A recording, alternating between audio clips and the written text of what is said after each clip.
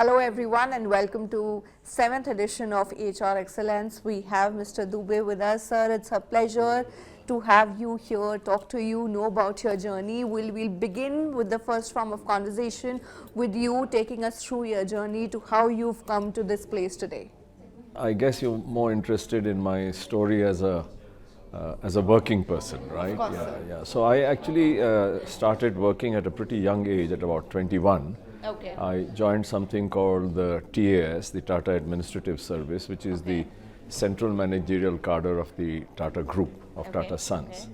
And I worked for 29 years with the Tatas, largely in Tata Steel, across functions and geographies. You've been a Tata loyalist. Well, I've been a Tata person.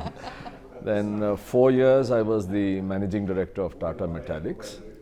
3 years I was the managing director of Rallis India, which is the agrochemicals company of the Tata Group. And then I joined Mahindra's. I joined Anand Mahindra's, which used to be called the Group Management Board at that time. And had the privilege of working with Anand and for the Mahindras for 22 years.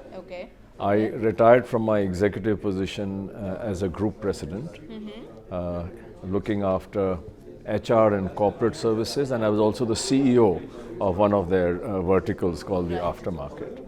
So I retired from my executive position in 2020, and currently I am associated with the Mahindras as a non-executive chairman of 3 of their companies. So I have some connection, but it's a non-executive. But then your leadership has walked you to all these places that still, after you being retired, you're still associated and giving out your leadership skills as well as your expertise of all these years. How does it feel?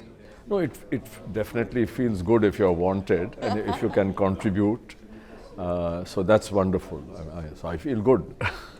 So you've been a CEO and an MD and dealing across Tata, and Tata is considered to be one of those companies of our country which has had maximum number of employees. Number of policies have always stayed ahead of the curve. Any form of leadership, skills that you would outlay to budding leaders who are coming onto a position wherein they'll also be handling few thousands of employees? Okay, yeah. So let me talk based on my collective experience in Tata and Mahindra. Right. Because frankly, I came into an HR role along with a business role in Mahindra. Right. In Tata, I was only in a business role. So here is what I would like to share from my own experience. So first is that there is vast untapped potential in every person and in every situation.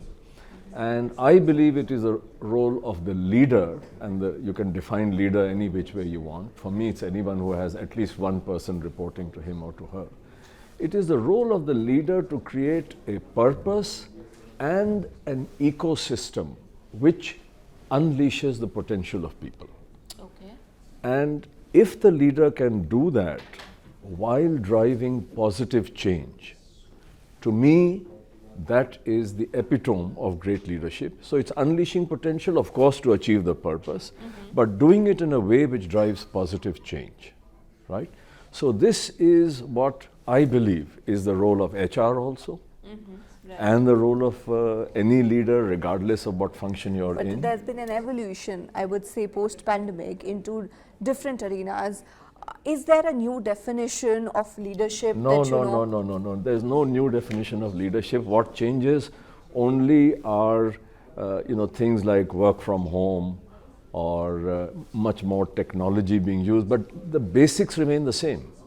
And I think it's a huge fallacy if people think that, oh, now machines and IT is going to take over. Exactly. There is no role for the human being. I think that's the biggest mistake anyone could make. In fact, if you ask me, the need for the human touch becomes even greater when you have to deal with technology. But technology will be there. It's like electricity. I hope people understand that, because there is always this fallacy that with the onset of technology, there will be an vanquishness of the human intensive labor who've been a part of the HR fraternity. So there may well be, going away of labor intensive forms of employment in many places. But you'll still need human beings. I mean, I can't really think, at least in the foreseeable future, where any organization, or most organizations at least, will be doing without human beings. You'll have human beings, they'll still be required to cooperate with each other, you'll still require human interaction, you'll still require a huge amount of all the things that we thought were good, like compassion, like trust, sensitivity towards others. All those things will be required. And in fact, even more, because now you have technology, everybody will have access to similar technology. But how do you decide how you are using that technology to solve people's problems? And that is where human beings will come in. So I'm totally clear that in fact, with the increasing role of technology, there is a far greater need for Human intervention. Human beings to be human. And it's a real pity if HR folk start thinking that the H part is not required anymore. Resources, technology. Has to go hand in hand. Yeah, I think it's people don't understand what they're doing there. So lastly, we're living into an era wherein great resignation has been on the boom. What are your takes on the same? How do you think that it is a massive challenge that leaders are addressing these days, overcoming, coming out with possible solutions, but you from an experienced leadership level, what would be your views on the way leaders need to tackle it? Frankly, the answer is that you have to make work such that people want to come to work.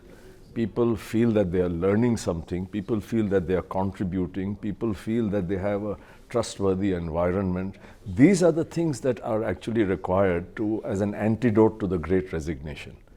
Right? Ultimately. Now, having said that, how do you design work? And how do you create a culture which produces those things? And that's where you have to work, I guess, on all the so-called HR levers. Right? But having said that, there will be resignations. And I think we have to be ready that there will be resignations, but at least as long as people are with us, can they be the best? And can they be at their most sort of highest potential while they are working with us to achieve our purpose? So that has to be the goal. You can't worry. Yes, you have to be prepared that there will be resignation, so you prepare a pipeline, but you create the ecosystem such that while they are with us, they are giving their best for themselves and for the organization. I mean, from an organizational point of view, that's what we are concerned about. Right, Drew. Lastly, you joined as an HR professional, retired as a CEO, MD, from a leadership position. No, I did not join as an HR professional. I joined purely in the business line. I came into HR late in my life. Okay. Right? But do you think that, coming into HR or any such professional segment requires an X amount of expertise into it or some learnings into it? No, of course you require learning, but more than anything else, you require an attitude.